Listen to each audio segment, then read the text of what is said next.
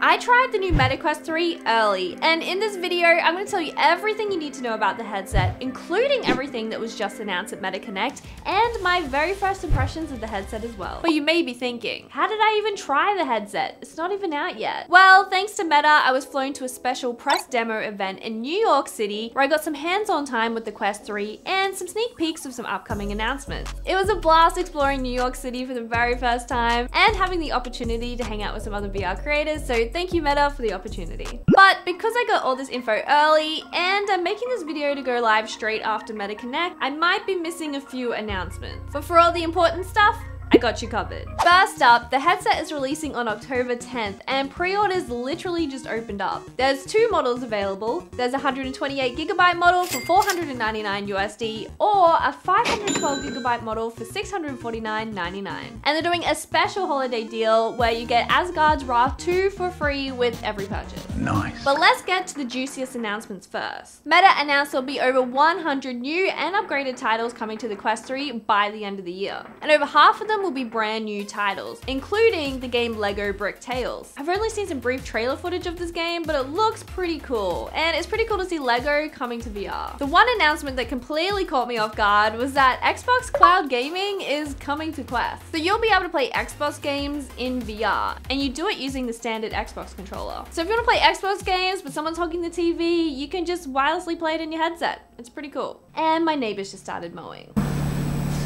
Now, we all know that mixed reality is going to be a big feature of the Quest 3, and they announced that finally there will be automatic room mapping for the Quest 3. That means instead of having to draw out your play space every single time, you can just look around your space and it automatically maps the walls and all the furniture in the room, which is really cool. And another cool little feature they announced is something called augments. And these are like these little full color pass-through pop-ups that you can have in your home screen. And I guess they're like little widgets that you can place that are always there when you load up to your home screen. Hardware-wise, we already know a lot of the info. We've got the two full-color cameras at the front of the headset for full-color pass-through, and these cameras have 10 times the amount of pixels than the Quest 2 cameras. We also have our depth sensor camera that's going to create more realistic and accurate mixed reality. And they've also confirmed that the Quest 3 is running the Snapdragon XR2 Gen 2 chipset, which should offer twice the graphics capability of the Quest 2. We already know that the Quest 3 has pancake lenses similar to the Quest Pro, with 30% improved resolution, and they're also 40% thinner as well. I can't confirm the exact resolution for you, but after using the headset, I can confidently say it's definitely an improvement. We've also got our controllers, the new Touch IR LED controllers, and then we have a new head strap with this new Y-shaped design. And for the first time, Meta are doing some new accessories. The Y-strap design comes in 3 colors. We have the standard white, we have it dark gray, or we have this pinky, coral, salmon-y type color, which I'm kind of into. I don't know if you guys know this, but I like color.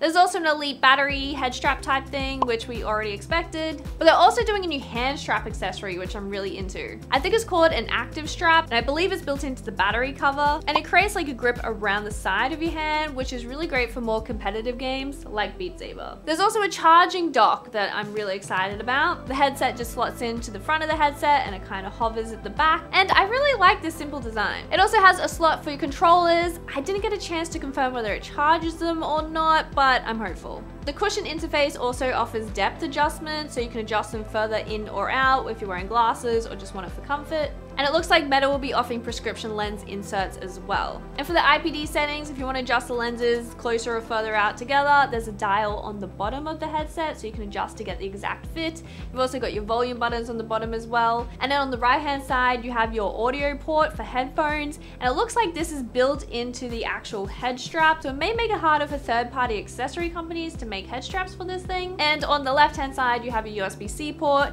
and we have a new style of power button. It's like a rounded, bigger button, which I'm into because I'm always accidentally pressing the power button. Now, after getting the lowdown on all the info on the Quest 3, I did have a chance to finally play some games. There were only certain games available, and yes, I asked if they had Beat Saber and they didn't. But one of the first games I played was this multiplayer mixed reality game called BAM. They all got us to sit around a table, and it loaded up with kind of like an arena on the table in front of us, and you get to control these little robot guys that are really cute. And the premise of the game is you kind of have to grab the crown and try and hold on to it the longest. And you kind of bash the other players to get them to drop it, and you kind of steal it off them. So kind of very Fall Guys gameplay, but it was really fun. The mixed reality looked great, the gameplay was really fun, and it looked very polished. I had lots of fun with it. And then next up, I played a game called First Encounter. I think this is like an intro game on your Quest 3, where it kind of teaches you how to map your room for mixed reality. So it gets you kind of to walk around your room and look around all the objects so it can automatically map them.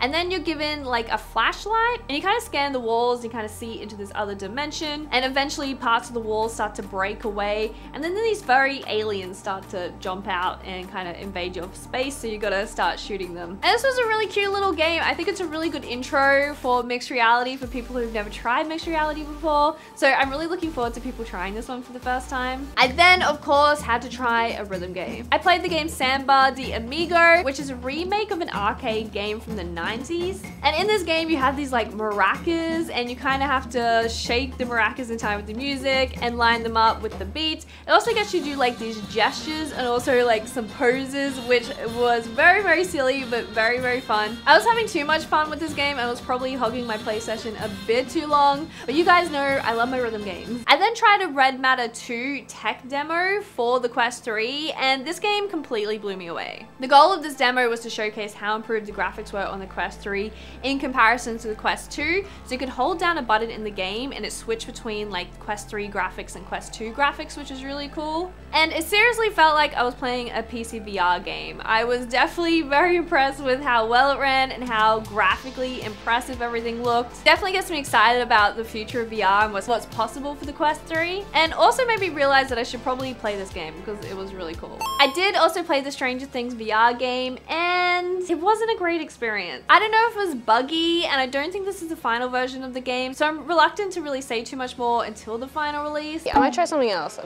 Wasn't fully vibing that way. And I also played Assassin's Creed as well and felt pretty underwhelmed. But again, I played these games for like 5 minutes, so I really don't want to say too much about them, especially if they're not the final version. But I'll definitely share more info if you guys want it at the final release. But outside of that, my first impressions of the Quest 3 were pretty good. Like, it's kind of what I expected. It's the Quest 2, but better. The extra lightness of the headset is definitely appreciated. Although I did have some comfort issues with the Y strap. I found it a little bit hard to adjust and get comfy, but in saying that, I have comfort issues with every head strap, so I'm pretty sure I just have a weird shaped head. I didn't notice any tracking issues or anything, but to be honest, there was so much going on, it wasn't something I was really paying attention to that closely. But ultimately, I think the big benefits of the Quest 3 is going to be the improved resolution and the graphics capability, and of course, all the mixed reality potential. I've absolutely been loving checking out all the mixed reality apps on my Quest 3, so I'm really excited for everyone to experience the full color pass-through capabilities of the Quest 3. Full color pass-through cameras though, I think it was pretty on par with the Quest Pro quality. I think a bit better. It's really hard to tell without comparing them side by side,